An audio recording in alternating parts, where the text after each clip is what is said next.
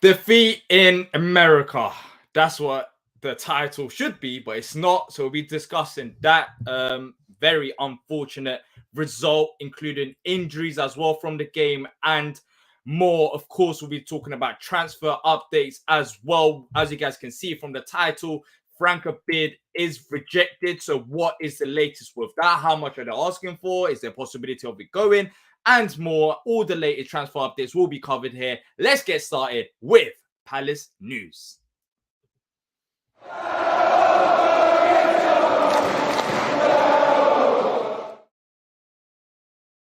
What's going on, people? What's going on? It's a bit later than usual, but I'm happy. I'm happy to be here to talk about Palace.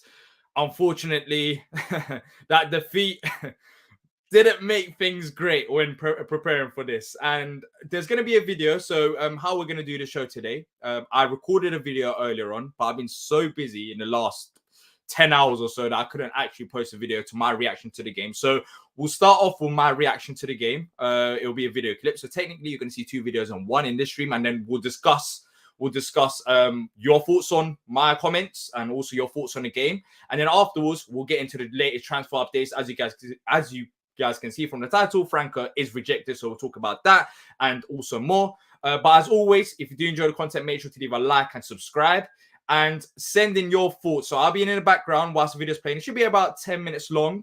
I had a little bit of a rant about our situation, so I recorded it earlier. Now I'm a bit more calm, so we'll talk about it. Don't worry about it. But yeah, so I'll play the video to my reaction to the game, which should have been posted earlier. That didn't, and then from there onwards, I'll read out some of your comments and also pin some comments to read out at the end of that video. So let's get started with that, people, and I should be back in about 10 minutes time. In preseason, why on earth did we stay up till 3 in the morning to watch that? And if you haven't watched that, make sure to go watch the highlights on Palace TV, because actually don't because I genuinely feel like by leaving that game we left off much worse. There's more questions rather than answers. It was a very frustrating game to watch. It was frustrating even to see the incidents happen on the pitch. We've got two players injured from that game. That's why I call them the Watford Colombians, because honestly, I don't even get what preseason is meant for anymore, because certain teams take it way too seriously. They take it even more seriously than when they're playing a competitive game, it feels like. And it's frustrating because, look, it's the same problems that we've seen all along. When you look at our starting lineup, when you look at Jordan Ayew, Mateta, and Ahmad, I know Ahmad had been playing well in preseason, and funny enough, he was the only creative option on the pitch in the first half, especially because I don't see the likes of Will Hughes or Jair Reedward or Lerma to be them creative options. He's just not good enough. And it's the same old issues. It's leaving this game is raising questions about what happens off the field once again. Because when you look at our depth as well, I mean, Nathaniel Klein is starting left back, people. Nathaniel Klein is starting left back. Yes, it's a preseason game, but if it isn't Nathaniel Klein, there will be Jair Reedward, who is not a traditional left back. The left back position not sorted. And I'll be talking about the right back position, because when we talk about the goals, the right back position plays a key part to it. And it's been issues that I've raised for a very long time. But look, in the first half, I felt like both teams had their spells of possession in the game. But at the end of it, Palace, in honesty, apart from Jordan Ayew's shot or cross and Mateta's run in the first half, there was nothing. And you have to raise the question of, is that good enough for a Premier League side facing a very, big side over in Colombia? But is that still good enough that you only have one shot on target, or arguably two? Mateta's one went for a corner, so I don't know if it would have counted for a shot on target. Towards the end of preseason, I don't think it is. But it doesn't shock me. It doesn't surprise me, because when I looked at that lineup, I saw our problems once again. I didn't need to watch the game to see what would happen. Look, Mateta, Edward, I'm not going to get into that debate. I'm not, because both of them, we know they're not good enough to consistently, lead the attack. But our problem is not just with striker. The left wing position, I mean, Jordan Ayew played fantastically towards the end of last season, and we've still got time to improve it. But we need to do it sooner rather than later, because genuinely, in the first half, absolutely nothing. In the second half, when Eze came on the pitch, funny enough, as soon as he comes on, 1 minute after he comes on, we score a goal. Jacob Bryan, fantastic header. But it comes down to this. We've got very, very limited options in terms of creativity, let alone in terms of finishers. Creativity is an issue with Elise out. If Eze gets injured, that's a massive, massive problem. Because all we have is arguably 3 creative players that we can rely on. I don't know if I should include Ahmad there, but Eze and Elise. And yes, they are very good players, but we still haven't sorted out our starting 11, and we're already talking about depth as it is. Tyrick Mitchell out of that game, we came on, second half, got injured. Will Hughes got injured, and that's why I call them the Watford Colombians, because honestly, coming out of this game, it's raised more questions than answers. What are we going to do next? Because look, for me, the left back position or the right back position, for example, let's talk about the right back position before the left back one, because we talked about our goal. Let's talk about their goal. It's as simple as this. Nathaniel Klein gets beaten and Tompkins couldn't reach his man. They score a goal. They score a goal not too long after we score a goal.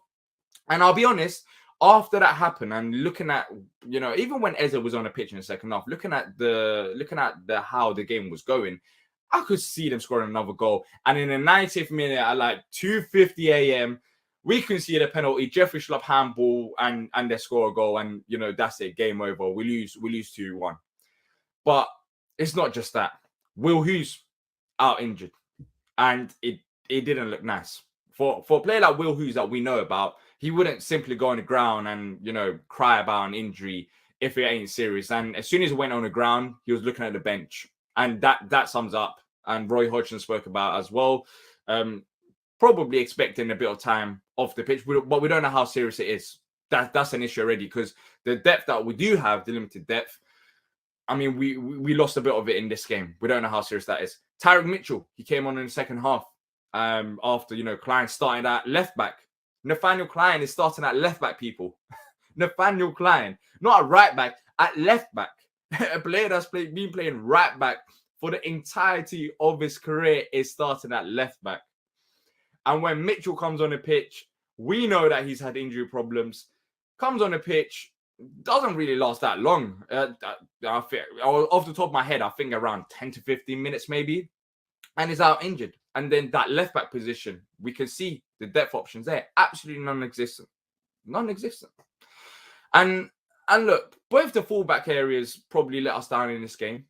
But that is not much of a surprise, because I know some of you lot, even look, with Ty, I still, have a bit of faith in him to, lead the season. I don't think left back, in terms of starters, is not urgency. But right back, I've said it all along, and I'll say it again.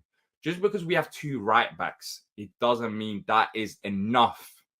We have 2 right backs for right back's sake. As much as I love Wardy, as much as I love Kleiny as well, in 2023, we definitely need better right backs. Premier League quality right backs. We went with a cheap option this summer. And yes, it's only a preseason game, but I am worried that teams will target down that side when it comes to the Premier League. And trust me, there's going to be some quality players running towards them. And hopefully we withstand our ground. But it's a massive risk that we're taking. And the midfield was fine in this game. There's no problem about the midfield. But it's all about quality.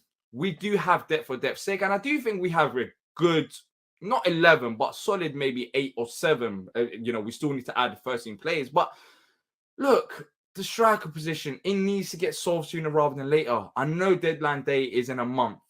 And, we still got a while till the window closes. But we got 3 games in that span of time. That we're talking about 9 points. We got, Arsenal, who's going to be a massive challenge. We got Sheffield United. We got Brentford. In 2 of those games, we are expecting some things, points to be picked up out of the 9. But the problem is, right now, that attack that we do have, it is absolutely, it just stinks. There's no way about it. It absolutely stinks. Like, I don't know what we genuinely expect with an attack of Mateta, Jordan Ayew, and Hamada, who I actually do rate. There's no problem with him. But, he hasn't played that much in the Premier League. And we're expecting an awful lot from a team that doesn't have creativity. And even when we do have creativity with the likes of Eze, in the second half, there wasn't that much, really, when, Ebbs still came on the pitch. I mean, look, when we look at shots, in the first half, there was only that shot cross from Jordan Ayew. In the second half, Gordon came on, which was a positive. And there are one or two positives that I'm going to pick out in a second. But overall, honestly, it would have been better if we didn't play this game. Genuinely, we would have walked away from this, game, hopefully with no, injuries if we didn't face these Millonarios. They're top side, and Roy even knew it as well that they will go for this game. Here's a big game against them. They're facing a Premier League side, but they were too physical for a preseason game. And that's what I'm saying. We just come off the Watford game, come into this game, and it's the same thing. And the depth that we do have, the limited amount of depth in terms of, one or two quality players, we're taking them out. And they are out. Hopefully it's nothing too serious. But honestly, people, it's just frustrating, but it's nothing surprising. Nothing surprising. Me coming out of this game is nothing surprising because, what you put in is what you get. And we simply haven't done enough. Lerma look solid. And I think him and Doucouré will be an exciting combination if you look at individual players. And I think O'Brien as well, who came off the bench in the second half, I thought he was very solid as well. But then again, we're looking at one or two players and still the issues are still there and they ain't going to change until we change and bring in players. It's as simple as that. We've got Sevilla in about, 3 days, I think, depending on time difference. It's been a long 12 hours. And we have to put our strong 11 against them because otherwise this 11 will get absolutely battered. But look, that's my thoughts about the game. Let me know what you guys think in the comment section down below. Disappointing game, disappointing defeat. Not much to talk about in terms of Palace. But, the defense was solid. The midfield was all right. But in terms of creativity, it's the same old issues. Same old issues that we need to solve by investing. Because other than that, I'm expecting the same against Sevilla. Maybe with a strong 11, maybe we create one or two more chances. But still not good enough. But yeah, that's it from me. If you have enjoyed it. That guy speaks a lot of facts. Nah, as I said, if you're just joining us right now, that was recorded earlier on today, and I was meant to release it as a video, but I genuinely didn't have the time. So instead of me saying my reaction once again, I thought I might as well just play the video whilst I prep because I just came home now as well. So I had a bit of a time to prep and also getting some of your comments to read and get your thoughts about the game as well. But look, people, I wasn't happy. Yeah, double D plot twist. There's still me.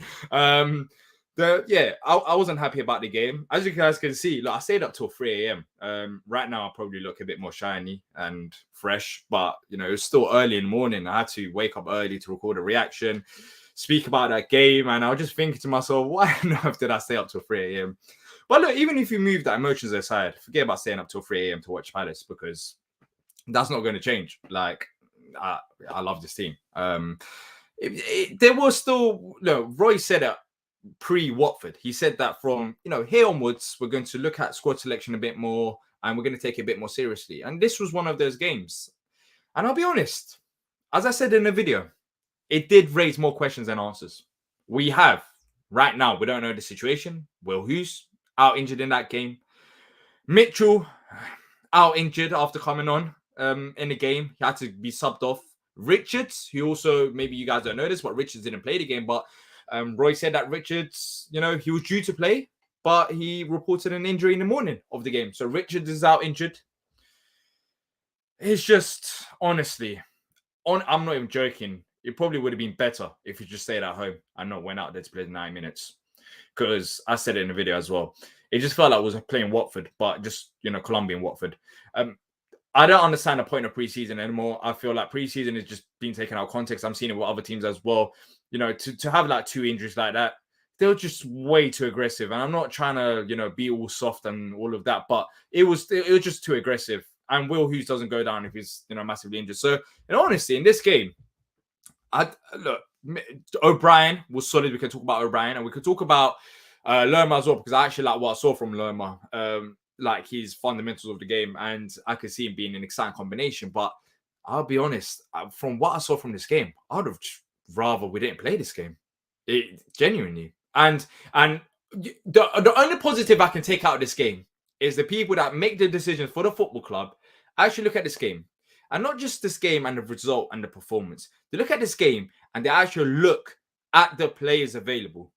Because I genuinely feel like Roy's last season, when he left, his squad was bang average. Bang average. And I'm not saying this squad is bang average, but this squad has key weaknesses. And once again, I feel like we are taking Roy Hodgson for granted. I mean, we should have brought in these players earlier. I know we got a month, and I said that in the reaction video as well. I know we got a month till the window shuts. We're going to talk about Franca. We're going to talk about other transfer rumors that's been happening today. But the reality is, with Roy, it seems like the players just need preseason so you can see them. Because there's been in the past where we brought in players and they just haven't had the game time. And, it makes me even more nervous about bringing in players if they don't have much preseason time under Hodgson. It just makes me more nervous based on what we've seen in the past. But, yesterday, look, I don't want to talk about it much longer. I'll read through some of the comments. But we got a massive, game against Sevilla. Hopefully we play our strongest 11. But there's some serious weaknesses that won't change in the Sevilla game. And that's with our forward line. It's just not good enough, people. It's just not good enough. Our striker, look, Mateta, Edward, Ayew, even look, Ahmada, I have rated him a lot in preseason. But let's be honest, he hasn't had that much preseason game time as well. So, you're relying on a player massively, who hasn't had that much Premier League experience. But look, I'll read some of the comments that I picked up. Send in your comments on the game as well. We'll go through it and then we'll talk about transfers. Andy says, I thought Hughes looked industrious. He's underrated. Yeah, he looks solid. But for me, I think our midfield three should be sorted. Eze, Doucouré, and Lerma. But Hughes could be, fantastic backup option. But the problem is now, we don't know how long Will Hughes is out for. So that backup option, that depth option that we do have, a limited depth in midfield. I mean, we heard it yesterday playing against them because he's out injured and he looks serious. Hopefully it's nothing serious. And I don't know if anything's come about today, but it looks serious, people. Will Hughes wouldn't go down like that. And he wouldn't stay on the ground. He would have called the physios if it was something like. So it's not good. And Looney says, got to be honest, man. I think this season is going to be our toughest yet. We're in for a long one. If we don't sign players, we're in for a major threat of going down this season more than anything. Yeah, look, the only hope that I have is there's teams worse than us. And we shouldn't be talking about teams being worse than us. That's not the right thing to do. I'm tired. I'm not tired of sleep. I'm just tired talking about, teams being worse than us. That's how we'll stay up. Like, we've been in the Premier League for 10 years. I don't know, maybe you guys might think I'm entitled by saying, oh, we're still Crystal Palace. But it's been 10 years. We shouldn't be talking about going down and teams being worse than us. We should be talking about top 10 and pushing up. But realistically, with the squad, as we saw yesterday, there's some key weaknesses for us to push forward. There is. So, I mean, how can I look up the table right now? Roy Hodgson said that top 10 should be the target, but I think he's still expecting players. And if players don't come in, then how can we get that top 10 finish? I don't know. We lost Wilf. And that's going to be a massive loss. It is. And we need to replace him. And right now, we don't have that replacement. And we'll see. We'll see if we can even replace him. Sib said, the game exposed all our problems. Lack of depth, lack of quality, and lack of threat in front of goal. It's going to be a long season. Red is saying, get nervous now. We are blunt. Let me see a few other comments as well. No wonder why Zaha left. John is saying Roy's comments post-match were worrying when he was saying about Doucouré and Lerma being good options. That's a hint. He may only play one. I didn't even see that because I went straight to bed after watching that. I wasn't up, I was up at 3:30, 4 a.m. Watching that game, but I was not going to stay up till 5 a.m. to hear Roy's comments, and I haven't literally had the time today. But that's interesting. I mean, you can't keep one of them on the bench. I'm sorry, you just can't. You have to fit them both on the pitch. It is what it is. Amit says unfairly to rely on Hamada, who's new to the league, and that's what I'm saying, people. But apart from Hamada, you got Eze and you got Elise.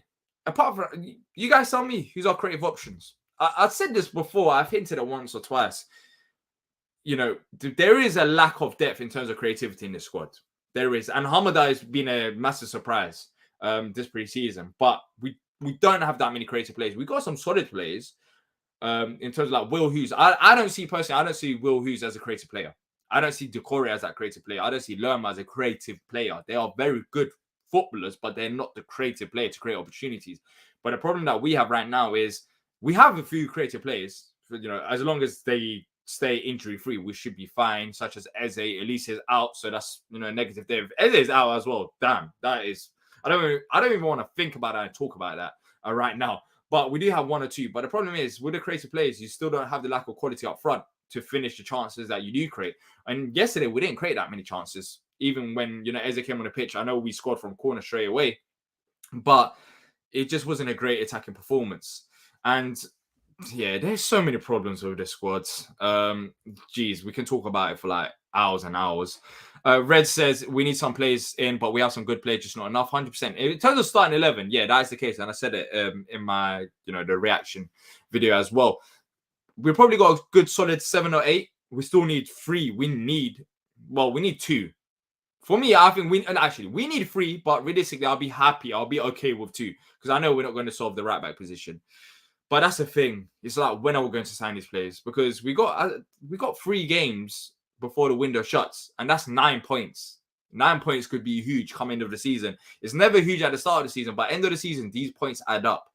And, the sooner we bring in these players, the sooner they get used to the system, the better it is. So, there is no excuse now, people. What's the excuse now?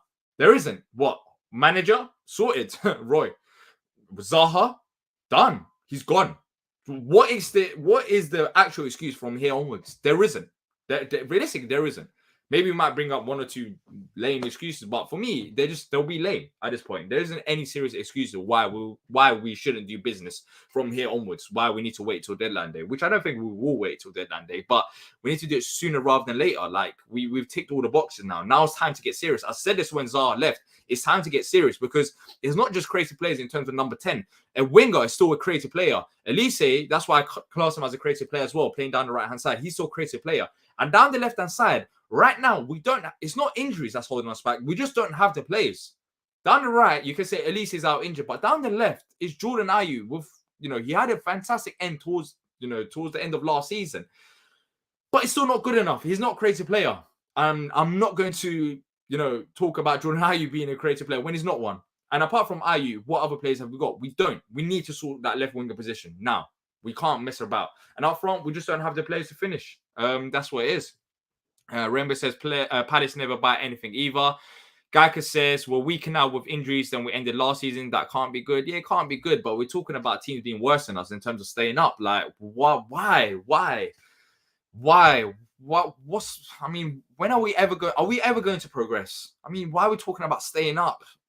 I don't blame you because that's the case, but it's frustrating because we're talking about 1 or 2 players. I know maybe bringing them players, but still haven't. And we're entering August. It's just so annoying.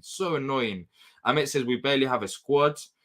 Yesterday, I thought the defense was fine. I think O'Brien, when he came on, he was convincing as well. And there's some news about O'Brien. Funny enough, after having an okay performance off the bench, there's rumors about him, being linked with a move away from the club. That's what it feels like with Palace at this moment of time. If there's any player that's doing well, half decent, then yeah, they could potentially be out of the club. So we'll talk about O'Brien. But yeah, I think O'Brien, the midfield was solid. But apart from that, the attack, the less I speak, the better it is, because there's literally nothing to talk about in attack. Even when Eze came on, he made the assist, but it's not like we absolutely battered them. The board needs to go, says Seek. Mitch says, did he injure his stomach on the piece or something? No, he got injured. Will Hughes, it was a nasty tackle. Unless we're talking about Chris Richards, who was injured in the morning of the game. But yeah, Chris Richards is out injured as well, so we don't know how long we'll have to wait for that. Can you see us realistically signing 3 creative players? I can't. That's what we need. I don't see us signing 3 creative players. Maybe a left winger, so that could be 1. Striker, I wouldn't say striker's a creative player, but yeah, I can realistically see us signing 1. But I don't think we need 3 creative players. Down the right-hand side, we've got Elise. He's out injured, yes, but temporarily we have Raksaki there that could fit in. But it's down the left-hand side. Maybe we need two creative players because down the left-hand side, there genuinely isn't that many options. We got players for players' sake. And I said that before the game even kicked off yesterday. I mean, some of our depth options, they're just depth. Yeah, we do have depth up front and midfield or, left back, right back. But it's just for depth's sake. It's not actual quality. It's meaningful depth. That's how I see it. It's not going to cause any damage. Is this what Parish means by taking us to the next level? I don't know. He didn't say what level. He didn't say whether that's 15th or 16th or whether that's 7th or 8th. So yeah, we need 5 players. D. Don't beat around the bush. Left back, right back, 2 left wingers, and a quality striker. Yeah, we do. Look, I said it in the video. I mean, Mitchell came on out injured, and our other options are Riedewald at left back or Jeffrey Schlupp. And Riedewald can play a role. And I think this is where people, debate about left back and right back position. For example, we have 2 right backs. Does that mean we shouldn't sign another right back? In my opinion, no, we should sign another right back because the 2 right backs that we have are not Premier League quality to push us forward. And in left back position, similar thing. Riedewald is not a left back. He's not a traditional left back. He can play a role there, but he isn't. So left back needs to be solved. Right back, I agree, needs to be solved. And I just said 2 left wingers and a good quality striker. Yeah, so we do need 5, but I would be okay, or at least would be, borderline sane if we sign 2 players at least, because that's the bare minimum we need to do. If we don't do that, we might as well just close the football club tonight and just call it a day. Because we need that. We 100% need a left winger and a good quality striker. The left back and right back is still debatable. I think we need it, but you can have that debate. The left winger and striker, you can't have that debate. I'm sorry, that is not a debatable position. We need at least 1 left winger and 1 striker. So minimum 2 signings. But realistically, you're right. We do need 5 players. We do need 5 players. And we can 100% improve in that area. So, it's a case of will we improve? I don't think so. Adam says we need to be more ruthless as a club, keep players on who aren't good enough and players who are injury prone. So Mateta and Edouard are signed 2 new strikers. We are down with them to next season. You know what it is? There's been times where some of these players' contracts were due to expire or they were going to expire, and it's on us for keeping them. And I've said this before. We are happy just going with the cheaper option. That's what it is. It's not just with transfers, it's with keeping some of these players. We've had times, even this summer, to move on from some of these players. If we were genuinely serious, we had opportunities. But we went with a cheap option in terms of signing these players onto new deals. And I don't think all of them are bad deals as depth options. But my problem lies when you sign these players on a new contract and you act half-heartedly in the transfer window. That's what I'm not happy with. And that's what I feel like we've done so far this summer. I mean, Jeffrey Schlupp could be a solid depth option, but it seems like as of right now that he could most likely going to be a starter, or even Jordan Ayew. And that's where my problem lies. It's so cheap. You keep Jordan Ayew, you keep Schlupp, and you keep Ward and Klein, but you keep them as squad's sake. But it seems like we're keeping them and still not improving on a position that we know we need to improve on. That's where my problem lies. That's not good enough, people. That is not good enough in my eyes. You need to improve on these players. But it seems like we went with the cheap option once again. Elisa coming back is going to be like a new signing. I wouldn't say that. I know what you mean, especially in preseason, but we know what to expect from Elise. Even if Elise comes back, we still need a left winger and a striker. That's not going to change. Your striker should be your top scorer every season. That's why they are paid to do. Last time a striker was top scorer for us was 2017 Benteke. And that's a problem. Ever since we got promoted with the striker position, we just haven't been able to recruit properly. And I'm at this point now that I'm convinced it's just the fact that strikers, they cost a bit more and we're just not willing to pay that price for a striker. Saying that on, I think it was yesterday's stream. Yes, it was yesterday when T and AJ was on. Eddie Nketiah reportedly is on the top of our list. So we'll see what happens with that. But we just have to pay the premium. We just have to pay over the top for a striker because the cheaper options just haven't worked. Benteke, I mean, we paid quite a bit. I know Yannick Bolasie went out and that's why we could spend on Benteke, but it worked in the first season. We got something out of it. He wasn't completely disaster. If you look at his spell throughout his time from the start to the end, I'll be honest, right now I'll take Benteke at Palace. Because for me, if a striker's not scoring goals, I want them to offer something else. With Mateta and Edouard, I mean, Mateta, he looked knackered after 15 minutes yesterday. Watching him play, I felt knackered watching him play. He just seemed like he was out of breath. And Edouard, I don't know what he reload. I think Edouard is better than Mateta, but still, there isn't that much to his game that he offers. So a striker needs to offer something. At least hold up play. If it's not hold up play, at least goals. I mean, with Benteke, yes, he didn't score goals, but he had something about his game. He had hold up play. With our striking options right now, they don't have nothing about the game.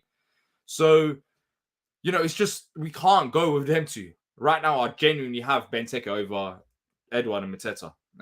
So yeah.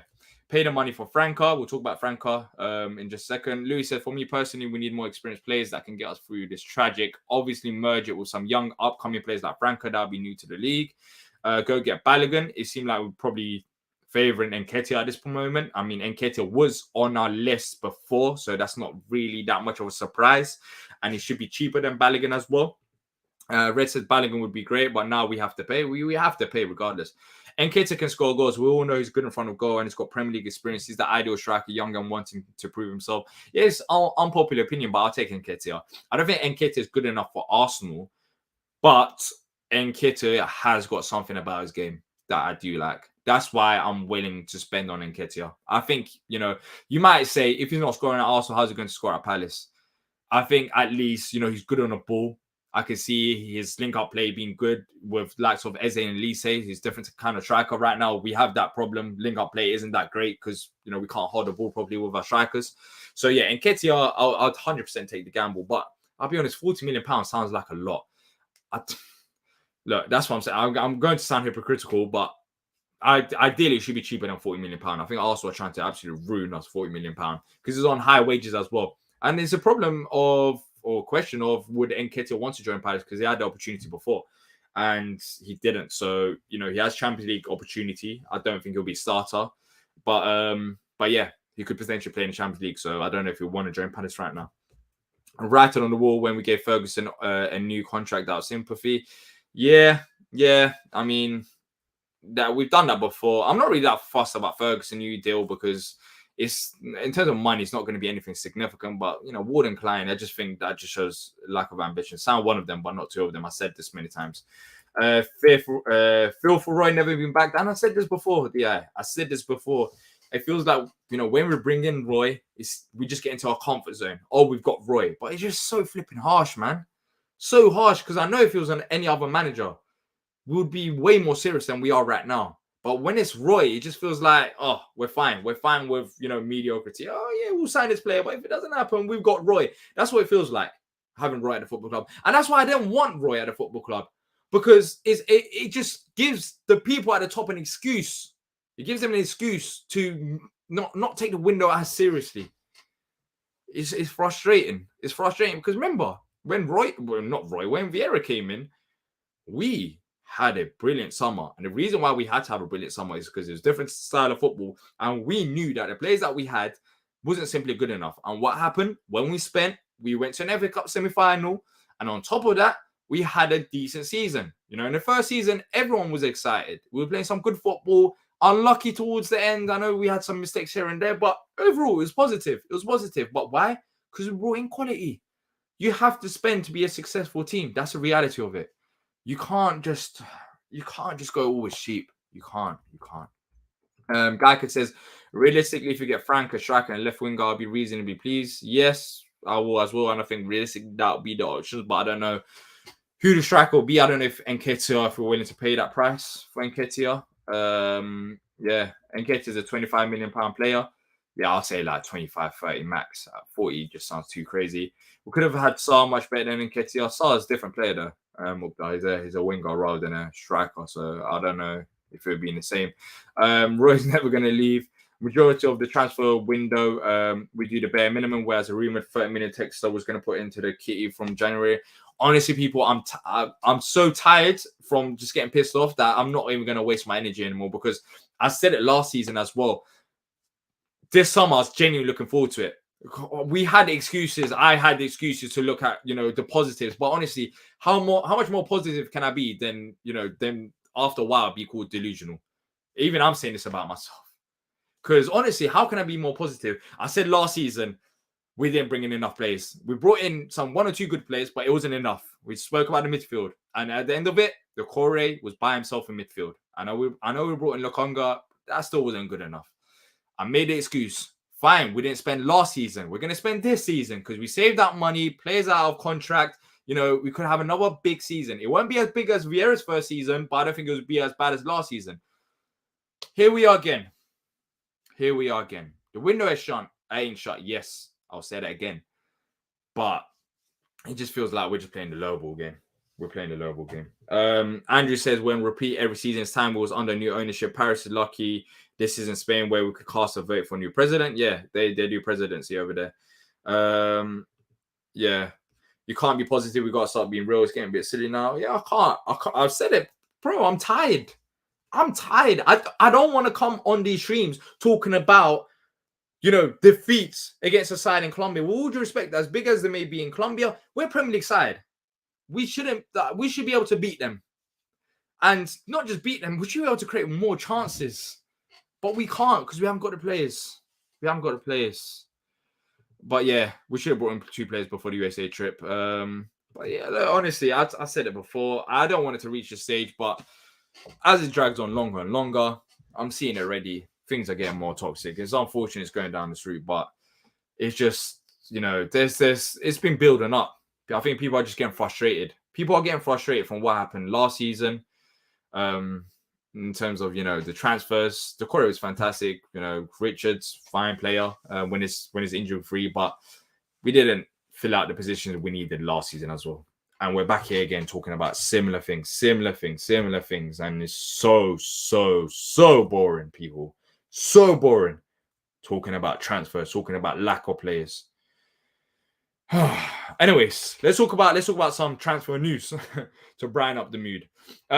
Or to dampen the mood even more. But if you're enjoying the stream, people, if you can smash a like button, let's get over 100 likes once again. We've been killing it with the likes as of recently. Honestly, appreciate you all for your support. Be trying to stay consistent because I genuinely enjoy talking about Palace with you lot, but when it comes to talking about Palace in particular, I wouldn't do it if it wasn't, for this chat. Because honestly, there isn't much to talk about right now. It's just more frustrating, as you can see. Are you optimistic about Franca happening? Now, that's a nice segue to talk about Franca. So the reports are over in Brazil that Flamengo have rejected a proposal at around 22 million euros, 50 million euros plus 5 million in bonuses, and they're waiting another bid from Palace for Franca. Ideally, Flamengo want 25 million. So this 25 million, we know that Palace offered 15 million euros plus 5 million add-ons. That was probably last week or the week before. I can't even keep track of time anymore. And they're not happy with that. But the problem is now, they're not happy with that. We know it. So what's next? Like, the Zaha's done. There isn't no Zaha excuse. So what's next? They want 25 million euros. They're not willing to budge.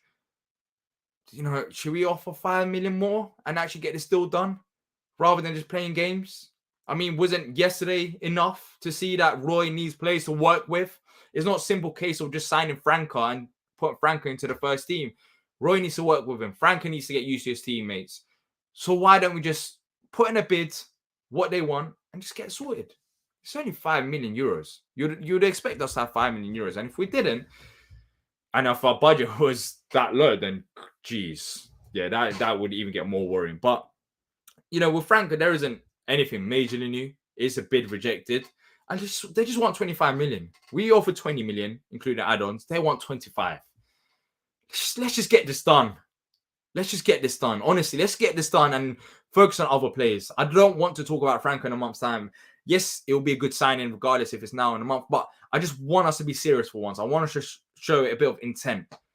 And honestly, I don't know whose fault it is. I don't know if it's Dougie. I don't know if it's Parish, but at times it feels like I do feel sorry for Dougie because some of his signings that he has made has been good, but it seems like he's just working on peanuts right now. I mean, it's a 5 million difference, and it's been over a week. 100% it's been over a week because remember when this bid was reported, and it still hasn't changed. We expect the new bid to be put in this week. We're on Thursday, and we're still talking about the rejected bid with Franca. Why? Why? I don't know. Why don't you get the Franca deal sorted now? If we know what they want, they reject your bid. Why don't you just pay up and get it sorted? I don't know. I heard they're trying to get the contract translated, and that's why it's taking time. But that's just a rumor. I'll be honest, bro, Isaac. you might be right, but we also heard rumors about, Wilf. He's waiting till the 31st of July because of agent and talk and all of that. Right now, based on reports over in Brazil, it seems like we haven't got a fee agreed. That's what the reality is. They still expect Palace to get close to that. So they're not saying that it's over. There is a bit of hope, but it's a case of now to liven up the mood of the fan base, to liven up the mood of the camp. Let's just actually bring in a player. So let's just actually get this done. Yes, they're hopeful of it getting done, but let's just try and get this sorted sooner rather than later, because the Franca situation is just dragging on and on. The wealth is gone. We just need a player. We need someone exciting. We need someone new. And yeah, Franca makes no sense to me. We're willing to spend 50 million plus for a player that is unknown, but won't spend less or similar for a player who are proven. I think it's a case of what we're trying to do, Adam, as a team, getting these players for cheaper and selling them on for higher value. And I think Franca is more risky, and that's why we want to go for 20 rather than 25. But I think we're going to end up paying regardless, because it will just get ridiculous if we don't sign Franca because of €5 million difference. It's a case of getting Franca for 25 million euros and then building them up and selling them on.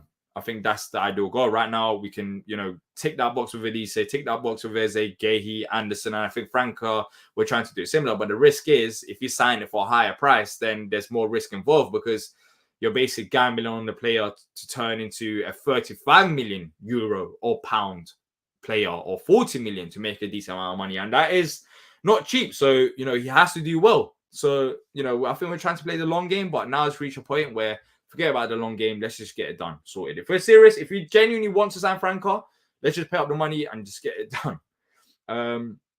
What about Scott Banks? I'll be honest, Simon. Scott Banks he's been solid. He's been solid. Whenever I've seen him, he's been solid. He's got good left foot as well on set pieces, but we need to do better, Scott Banks. In terms of replacements for Wilf, Wilf is gone now. We're already short as it was, even if he was to stay a left wing position. We need to do better than Scott Banks. I want to put Scott Banks there as our number one. But yeah. Gaki said, I think Frank is going to happen. Nothing happens in South America. Nothing happens fast in South America. The siesta culture. Yeah, you're right. I do think, by the way, I do think Franca will happen. I just want it to happen sooner rather than later. For the case of, we're talking about, Roy as our manager, and, I want Roy to see Franca. I want Roy to have a bit of time with him before the season starts. Hopefully have a preseason game or two. But now, as we're delaying it by the day, it's getting less and less likely. And, I don't want to sign Franca one day after we play Sheffield United, because, then Franca essentially had no preseason, which wouldn't be ideal. We shot for potential, not proven. I agree, Rebecca. I think that's the case. And I think that's what we're trying to do with Franca. But Franca's, people say, look, Franca is unknown quantity. We shouldn't spend 25 million euros or 20 million euros on a player that we don't know about. But with Dougie, I think he's earned the right to spend that kind of money, because some of the signings have been fantastic. So I don't have a problem with it. If Dougie wants to do it, let him do it. I think he's earned the right at this stage, to spend money on unknown quality. And if it's 25 million, it will be a risk, but let him spend it. Let us see what Dougie's seeing. And imagine it works out again. Imagine Franca turns into a 40 million euro player. That'd be absolutely fantastic. Hudson-Odoi should be no-brainer. Yeah, I agree. Hudson-Odoi should be... it would be an exciting one. But let's move on to other rumors before we wrap up. Going on for quite a while. It's been a bit of a moody stream, but I'm just not going to hide it anymore. That's how I'm feeling. So it is what it is. But if you're enjoying it, make sure to leave a like and subscribe, and let us know what you guys think in the comment section down below. And talk about O'Brien, which I did think he had a positive performance yesterday when coming on. He looked... he didn't look out of place, in honesty. Molenbeek are still working on a deal for Crystal Palace's Jacob Bryan, with his future at Selhurst Park yet to be decided. That is according to DHNet. O'Brien is one that's kind of gone under the radar, but he hasn't signed a new deal. And I don't want to lose him for free as well. So we're entering a sticky territory. I think he wants assurances about his game time. I don't think we can offer that with Gay and Anderson. So we're just stuck in a sticky dilemma. I don't know if it's a case of just paying up more than we would just to keep him in terms of wages. But, O'Brien, if we lose him for free as well, that'll be poor. that'll be poor. We can't lose these academy prospects for free. And O'Brien has been solid for us. He's been one of the youngsters who's done solid in preseason, done well over Molenbeek as well. But yeah, maybe he goes out on loan again. But ideally, before he goes out on loan, we need his contract to be tied down, because that is a situation. That is a problem as well with O'Brien. That doesn't really get noticed as much. But yeah, but look, we'll see. We'll see what happens with O'Brien. Personally, if we have Gay and Anderson, I don't think O'Brien is going to be playing. But, you know, I would still keep O'Brien as a backup option. I wouldn't be upset about that. I think he's got a quality. But it's a case of who would you rather pick, O'Brien or Richards or Tompkins? Maybe Roy goes for Tompkins over O'Brien. And if that's the case, then send him out on loan. But if O'Brien can be third choice centre-back and have a few cup games here and there and still train with Palace, then I'll keep him. But the bigger picture is, forget about keeping or selling or loaning out O'Brien, is his contract. He needs to tie down a new deal, because if he doesn't, O'Brien is not going to be a Crystal Palace player, just like Zaha wasn't or isn't right now. So I'm not saying Zaha and O'Brien are the same level, but that's my point. Like, we need to tie him down to a new deal. Otherwise, he will leave for free as well when his contract expires, which I believe is next summer. So we've got less than a year. And also, there's reports from Sport Witness about Per Schurz, that Crystal Palace and Liverpool haven't given up hope on him. So, you know, I'm not going to talk about Schurz. I'm tired of talking about him, but we'll see. We'll see with Schurz. I think, as I've said many times, it's Gay and Anderson. If one of them leave, then I think Schurz comes through the door.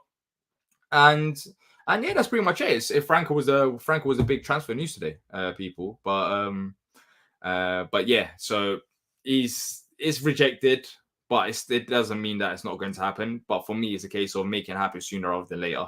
You know, yes, we were able to negotiate. We had a bit of time, but now we're entering August. Let's get a crack on, especially with losing Wilf. Let's get a crack on. Let's not play games anymore. Franca reminds me of the Gallagher mess last summer. Yeah, in a way, I hear it, MTB. Yeah, Gallagher dragged on, and what happened in the end? We didn't sign Gallagher. Franca, we have to. If we don't sign Franca, that would. I think we will sign Franca, but it's a case of when we will sign him. The sooner, the better for me, anyways. That's how I see it. Nketiah overrated, says Stephen, or would he be good for us? Thoughts? I think Nketiah would be good for us. I think his level isn't Arsenal, but I could see he has quite a few things to his game that I could see that would complement the likes of Eze and Elise. I think he's very good on the ball, which would help. And I think Nketiah's level would be Palace. I'm not expecting us to score 20 goals for us, but I think he could hit at 10 to 15 goals or 10 goals at least, which would be solid if he's given opportunities. And I think he'll be better than our current options because he's got something about his game. But his wages is a problem. The transfer fee is a problem. Reportedly £100,000 a week. That is a lot of money. Money that we do have with Wilf gone now. But do you want to spend on Nketiah? That's on the club. The one thing that I can't really debate is a £40 million. We have to pay the premium for a striker, but damn, like we're getting robbed. 40 million sounds like an awful lot. I don't think Nketiah's done that much to prove himself to be a £40 million striker. I think more in the region of 25, 30 million based on the tax involved, Premier League, club selling to another Premier League club, etc. But yeah, the biggest question is transfer fee. I don't really see us paying £40 million, but let's see what happens. Decore defensively minded. What's going on with Decore? You would start James Ward-Prowse over Decore. Not sure about that. I think people are just having James Ward-Prowse debate. I don't know why. Mitch says the Gallagher thing was never going to happen last summer. Club had to at least probe to keep our fans happy, but I'm pretty sure they knew it was 99% not happening. The thing is, Mitch, now, the club can't play these games. Steve Parish can't play these games. I feel for Dougie Friedman. I don't know why I'm excluding him because he's involved as well. So technically he should get a bit of slack. But I genuinely feel like Dougie wants the best for the club, but he just doesn't have the budget. But even Dougie can't play these games. We can't.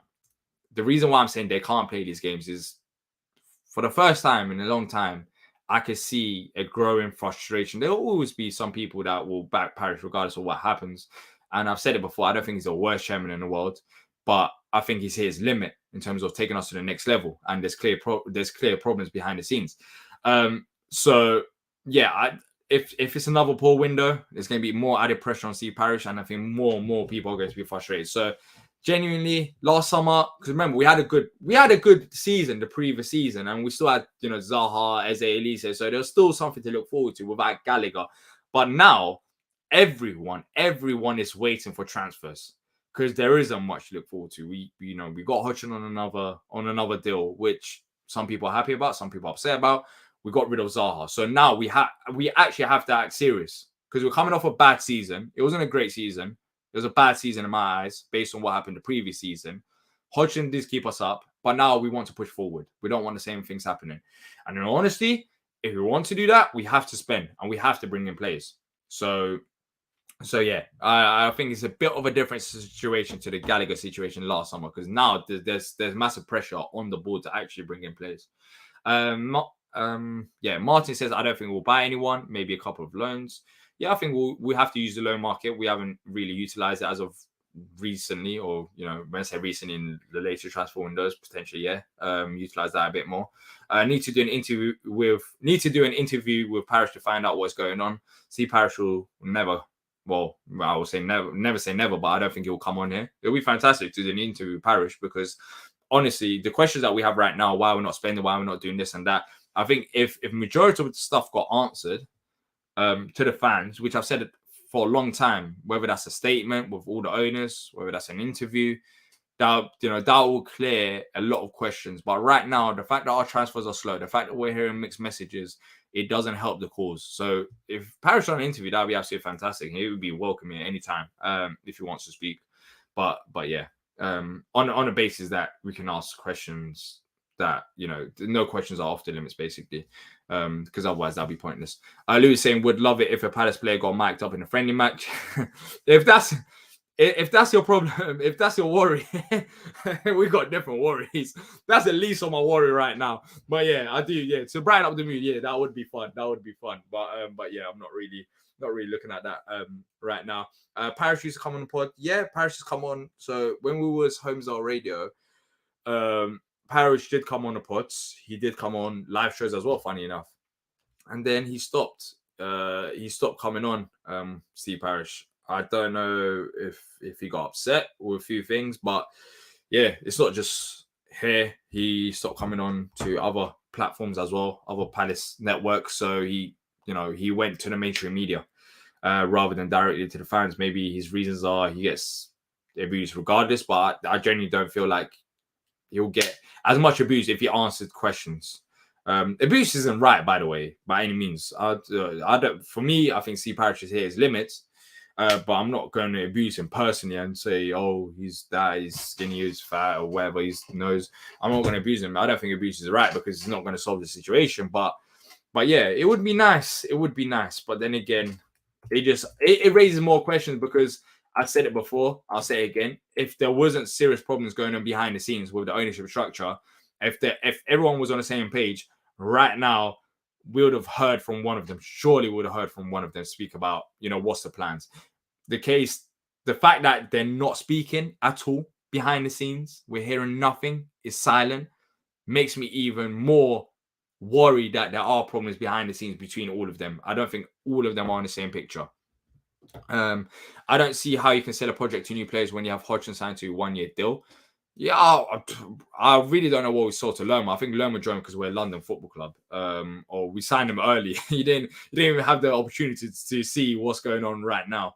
But yeah, that was a fantastic signing. But yeah, we can't really sell a project because what is a project? I mean, yeah, what is genuine the project right now? We're on a 1-year project.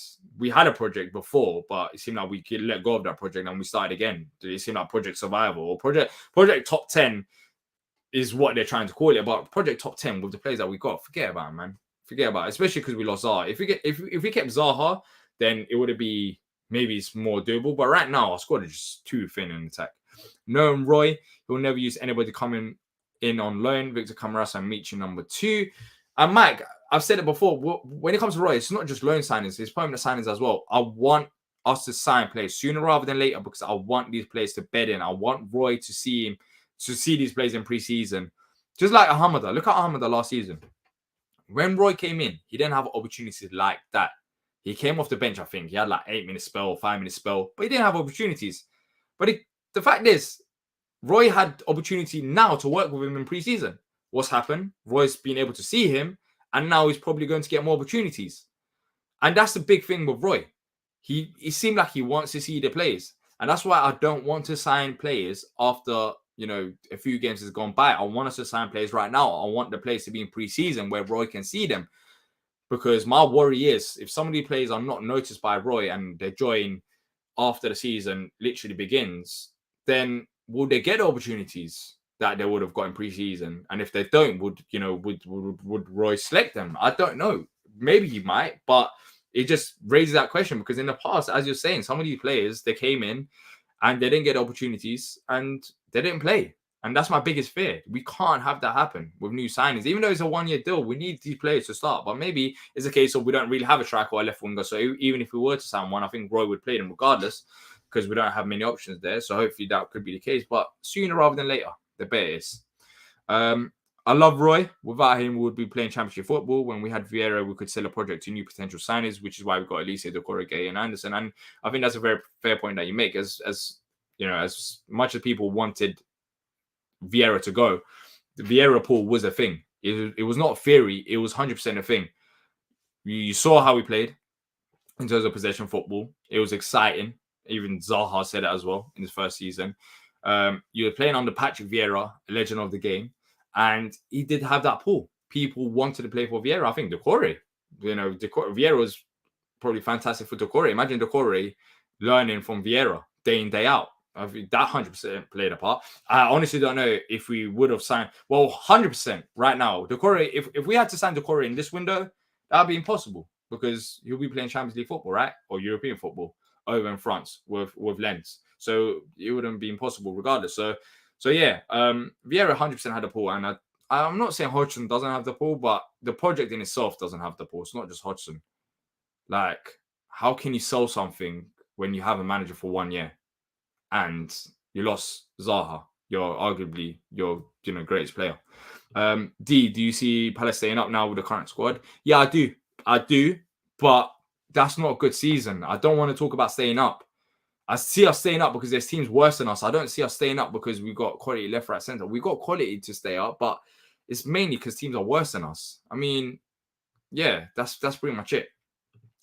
If Vieira could have managed that, Roy would have been onto a good thing. Well, yeah, he done a decent job, and then he just went downhill. He didn't win a game for 3 months, so he got a sack. But it is what it is. Vieira pool got us on ballers, 100%. He did, 100%. But look, people, I'm going to wrap it up. 1 hour, I don't know. Sometimes I feel like I waffle too much, but it is what it is. If you have enjoyed the stream, make sure to leave a like and subscribe. Franca, sooner the better, but they want 25 right now. It seems like 20 with add-ons is the current money that Palace have put forward, which is not good enough. And I gave my reaction to yesterday's game as well at the start of the stream. So if you just joined us now, as I end the stream, make sure to go to the start to watch my reaction to the game as I talk about some of our problems. And if you're watching a replay, make sure to leave down your thoughts on the game and the latest transfer updates in the comment section down below. Thank you to every single one of you. Let's get over 100 likes again, people. That would be much appreciated. The support has been absolutely fantastic. We're approaching Friday.